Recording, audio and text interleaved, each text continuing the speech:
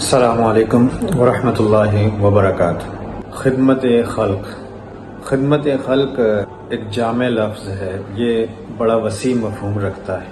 اس کے معنی ہے دوسروں کی امداد کرنا، لیکن اسلام میں اس سے مراد اللہ تعالیٰ کی رضا، اللہ تعالیٰ کی خوشنودی کے لیے بلا کسی صلہ و اجرت کے دوسروں کے کام آنا اور امانت پر کمر بستہ رہنا ہے۔ دنیا کے ہر مذہب اور ہر دین نے انسانی خدمت کی بلا امتیاز خدمت کی تلقین کی ہے۔ ضرورت مند کی حاجت کو پورا کرنا ہر دین اور ہر مذہب کی بنیادی تعلیم ہے، لیکن خدمت انسانیت یہ اسلام کا طرہ امتیاز اور مسلمانوں کا بنیادی وصف ہے۔ یہی ہمارا شعار ہے اور یہی ہماری شان ہے، اور یہ امت تو برپا ہی انسانی خدمت کے لیے کی گئی ہے۔ اسلام کی حقوق العباد کی تعلیمات معاشرتی ذمہ داریوں اور انسانی فلاح و بہبود کی مکمل رہنمائی فراہم کرتی ہے۔ یہی ہے عبادت، یہی ہے دین و ایمان، کہ کام آئے دنیا میں انسان کے انسان۔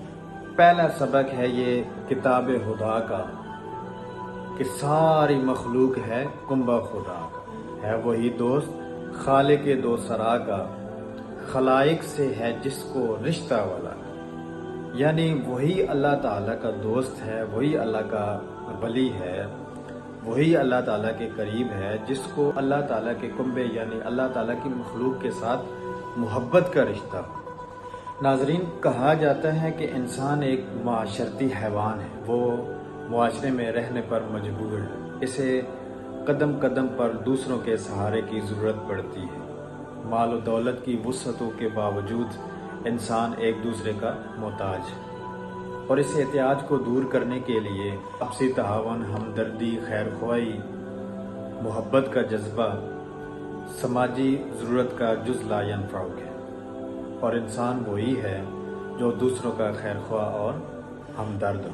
جس معاشرے میں کمزوروں کو سہارا دینے، گرتے کو تھامنے اور زندگی کی تلخ گھڑیوں میں افراد معاشرہ کے حوصلے بڑھانے کا رواج اور چلن موجود ہو، معاشرہ کمزور طبقات کی خدمت و تعاون کو مختلف انداز اور حکیمانہ اسلوب میں پیش کرتا ہے۔ ایک دوسرے کی مدد کرنا، ایک دوسرے کے ساتھ بھلائی سے پیش آنا، ایک دوسرے کا احساس کرنا ایک اچھے معاشرے کی تشکیل کا آغاز ہے، اور بلا تفریق دوسروں کی امداد کرنا تمام معاشروں کا خاصہ ہے لوگ وہی جہاں میں اچھے آتے ہیں جو کام دوسروں کے۔ اسلام صرف چند عبادات کے مجموعے کا نام نہیں ہے، بلکہ زندگی کے ہر پہلو کے بارے میں اسلام ہمیں واضح ہدایات دیتا ہے۔ ہم نے اسلام کی تعلیمات کو چھوڑ دیا، اور خاص کر حقوق العباد کو تو ہم نے عبادت ہی نہیں سمجھا۔ اسی لیے ہم میں اتحاد و اتفاق نہیں رہا، یکجہتی و بھائی چارہ نہیں رہا، اخوت، محبت، رواداری اور ایک دوسرے کا احساس نہیں رہا، اور ہم اتنے خود غرض اور اتنے بے حس ہو چکے ہیں کہ ہمیں اپنی ذات کے علاوہ کچھ نظر ہی نہیں آتا۔ یہ جو ہمارے آس پاس انسانیت سسک رہی ہے، ہمیں ضرورت ہے کہ ہم انسانیت کی فکر کریں۔ ہماری پہچان انسانیت کی بھی خواہ خیر نواح کی حیثیت سے، اور سماج کا، معاشرے کا ہر فرد ہمیں اپنا مونس و غمخوار سمجھے۔ اگر ہم نے انسانیت کی خدمت چھوڑ دی، یاد رکھیے گا ہم خیر امت کہلانے کے ہرگز مستحق نہیں ہیں۔ خود رسالت مآب صلی اللہ علیہ وآلہ وسلم کی زندگی خدمت انسانیت کا اعلیٰ نمونہ تھی۔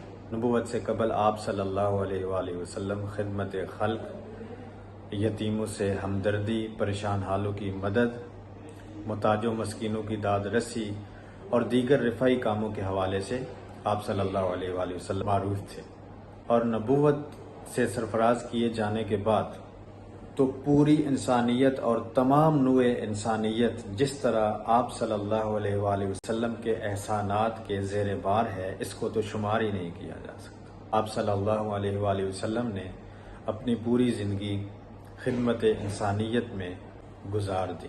آپ کی ولادت صرف مسلمانوں کے لیے نہیں تھی بلکہ انسانوں کے لیے تھی۔ یہی وجہ ہے کہ آپ صلی اللہ علیہ وآلہ وسلم کی ساری زندگی بلوث محبت انسانیت، عفو و درگزر، رحم و کرم اور انسانوں کے دنیاوی و اخروی نجات کے لیے انتھک جد و جہد اور مساعی پر مشتمل تھی۔